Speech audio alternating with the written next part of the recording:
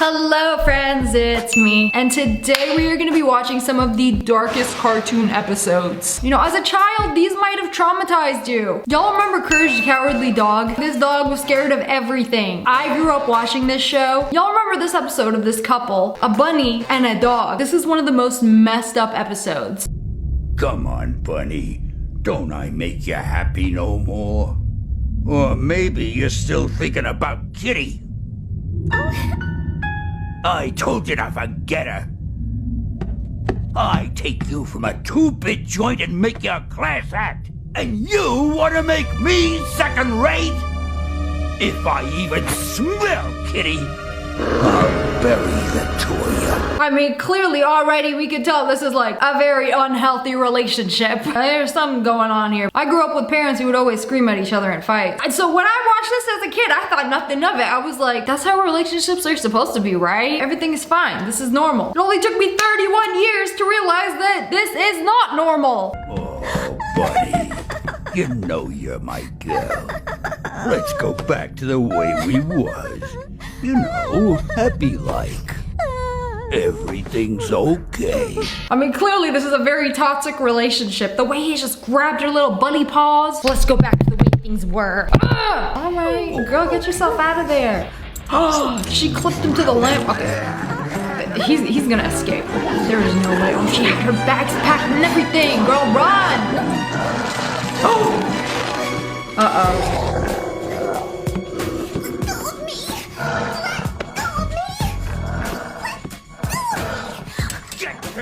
Off of me. Yo, in real life, if it was a rabbit versus two dogs like that, it's over. There's no saving her. Wait, I forget how this ends. Does he actually save her? No, he just thinks of the big scary mask guy. This dog is just so scared. That dog's scared of his own shadow. I feel like a lot of us watched stuff like this when we were kids and thought nothing of it. This low-key's so messed up. Fun fact, the creator of Courage the Cowardly Dog made the show inspired by his own experiences growing up in the middle of nowhere, where a ton of really weird occurrences would always happen in his area and scare him. So he made a dog character based off of him. Yeah, makes sense. This one's for all you Gen Zers. Oh, this came out 6 years ago. I remember reacting to this. The Johnny Johnny Yes Papa rhyme. Cue the banjo. Johnny Johnny. Oh, why do you look like that? It's like Caillou and Gru had a love child. So basically, little Johnny over here has a sugar problem. Yes, he can't stop ingesting sugar. By the handful. Just handful after handful of sugar. And then when his father comes to confront him,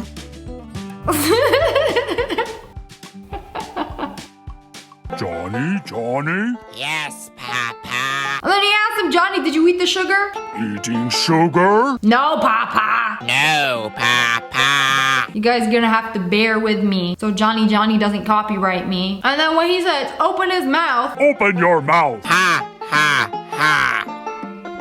Well, what do you know? He just inhales the entire tub of sugar. He is a liar. So parents were arguing that this is not good for children to watch because it encourages disobedience and deception. You hear that, Johnny? You are a deceptive child. You know, if anyone can call that a child. And then they run around the room. And then he starts eating all the utensils in the cabinets. I think this is a parody of it. Where's the original? Hey kids, this next song is about a little boy who eats way too much sugar and lies is this a to his real dad. one? Why have I never seen this? There's a live action of Johnny the real Johnny. Johnny. Yes, and the real Papa. Eating cake, No, Papa. telling lies, No, Papa. open wide. Yeah, it's not in his mouth because he's holding it behind his back. Why have I never seen this? 386 million views. It's a whole lot of views, Johnny Johnny. Who knew telling lies could get you so many views? Tell that to all the drama channels. So why are parents mad at Johnny? Kids don't know how to lie. It is learned behavior. Imagine being like an iPad baby and like you watch this video on YouTube Kids and like you have no idea what lying is. You literally have to learn it from something or somewhere. And then you're like, oh, well, Johnny's lying about cake. So maybe I I could lie about cake, or I can literally take anything in the house, and then when mother asks me about it, I can lie. That's how children learn bad behavior. I know the purpose of the Johnny Johnny rhyme wasn't supposed to encourage bad behavior, but sometimes it just be happening. If you guys have been watching these videos for a while, you probably realize that SpongeBob has so many adult themes, adult jokes, and some very dark episodes. Now you're probably thinking about it as a kid like, what? SpongeBob ain't do nothing wrong. And then there's this episode where they literally clobbered this dude. Is that the food inspector? Oh my god, this would be so crazy in real life. Like, if they tried to unalive and bury the food inspector if he didn't pass their restaurant. Okay, His head's let's watch. sticking out. Sorry, Mr. Krabs. I thought he might need some air. They don't need air where he's going. SpongeBob is just so innocent. Like, Mr. Krabs said to bury him. Well, he's my boss, so I'm gonna bury him. Also, His wait a head's second. sticking out. They're underwater. Sorry, Mr. Krabs. I thought he might need some air. What do you mean need some air? They're literally underwater. I mean, technically he would need air where he's going, because if you're trying to get rid of him, you want to give him air because he's a fish, he would die. Not so bikini bottom logic, huh? This next one traumatized a bunch of kids growing up. This was so bad that this episode was actually banned in some places. This is from the British show Pingu. It aired in like short episodes. If you guys haven't watched the show, y'all probably seen this penguin. And there's this one episode in particular. The episode starts off, Pingu falls asleep and then has this dream where his bed grows legs and starts walking around the South Pole or the North Pole. No, he's in the South. And then this giant walrus like emerges out of nowhere and scares him. That is terrifying. And then the bed tries to run away. Oh no, he's been captured.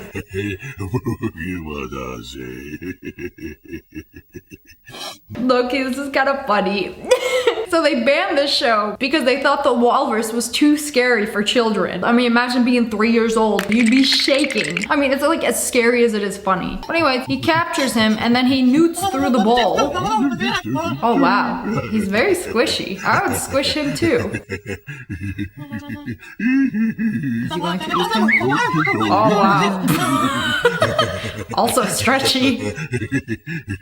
Loki, this is how my dreams be when I take melatonin before I sleep. It's like the weirdest things. Yeah, literally nightmare fuel. Where are you going, bed? Oh no! He ate the mattress!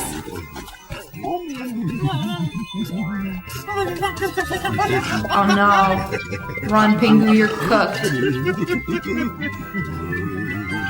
I don't like it. Oh, and then he slipped and slided into his bed.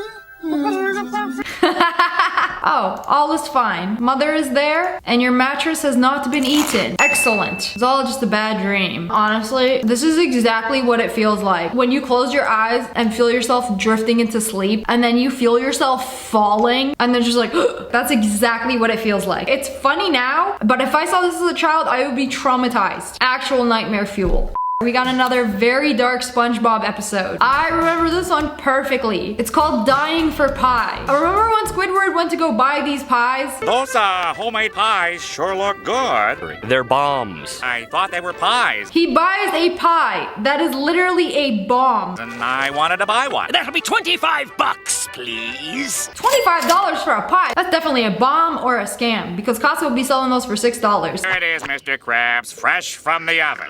This would go And then he great gives with Mr. some Krabs a milk. pie. Wait, does he know it's a bomb? A pie! And then they left the rest of the pie unattended, and then SpongeBob proceeds to eat the explosive pie. Maybe just the crumb was the explosive part? Like, what you mean explosive? Like explosive diarrhea or explosive kaboom? Because there's a difference. You had to kill him. Yeah, Squidward, you had to kill him. Is he really that bad? Kill him! Here's your order, sir. Thanks. The lad deserves to enjoy his final hours. I thought this episode was actually really wholesome, at least when watching as a kid, because this is the first time that Squidward actually feels remorse for the awful things that he's done. Like, oh, okay, I literally have killed SpongeBob. The least I could do is spend the rest of the day with him doing all the annoying things he wants to do. So he spends the whole day with SpongeBob. And SpongeBob is out here thinking like, oh, Squidward wants to be my friend now. Because he literally has pores for a brain. Well, the first thing I want to do is show my best friend Squidward to everybody in town. Hi there, this is my best friend Squidward. Are you sure you should be poking it like that? Who's the doctor here? Now, what's on your bucket list? Open heart surgery.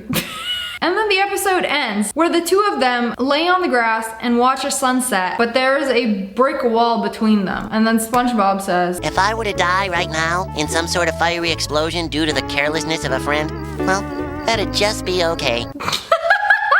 see, it's low-key so sad. You know, the wall is there not because there's gonna be an explosion, but so SpongeBob can't see Squidward crying. Wow, it feels like something just dropped into my lower intestine. Here it is, the sunset! 5! You do the rest, buddy! 4, 3, 2. And then the sun sets. 1. And then he explodes. SpongeBob is SpongeBombed. It's over.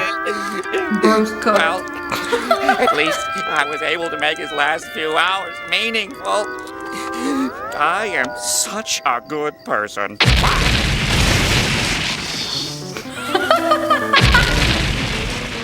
Squidward is the only person to be the cause of somebody's death and then do a nice thing for them and think it cancels out and that he's a nice person. Well, at least I don't have to deal with SpongeBob anymore, right? Hey, Squidward, check this out. What the? I thought you. Squidward, we already played Babble like an idiot. Why are you still here? Weren't you just crying over him a second ago? Finished everything on the list, I thought I'd make up a new one. I already filled up this book with ideas. Great. Now he's alive and he thinks I'm his friend. Well, this is just a bad ending for Squidward. I spent the whole day with you doing all kinds of ridiculous things because you were supposed to explode. Well, this is low-key horrible. But anyways, that's all for today. I hope you guys enjoyed this video. Comment below, let me know which one was the most traumatizing one. And if you guys enjoyed, make sure to hit that like button in the face. And make sure you turn on notifications. Click, click. And subscribe to the Wolf Pack. Ow! I love you guys so much. Thanks for watching. Bye, guys.